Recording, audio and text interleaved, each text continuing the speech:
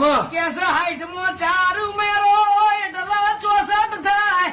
સહદેવ જોશી એના કુમતા માતા ત્યાંથી બોણ નીકળ્યું ને લોહીનો ચોહે ટેપો પડ્યો તો 4 ની ચોહેટ જોગણી કહેવાય છે. 64 મો પાછા 8 ઉમેરો એટલે 72 થાય.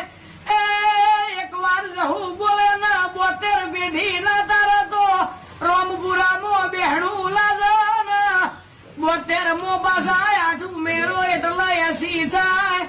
80,000 વાલિયા ને એમો પાછા 4 ઉમેરો એટલે 84 થાય.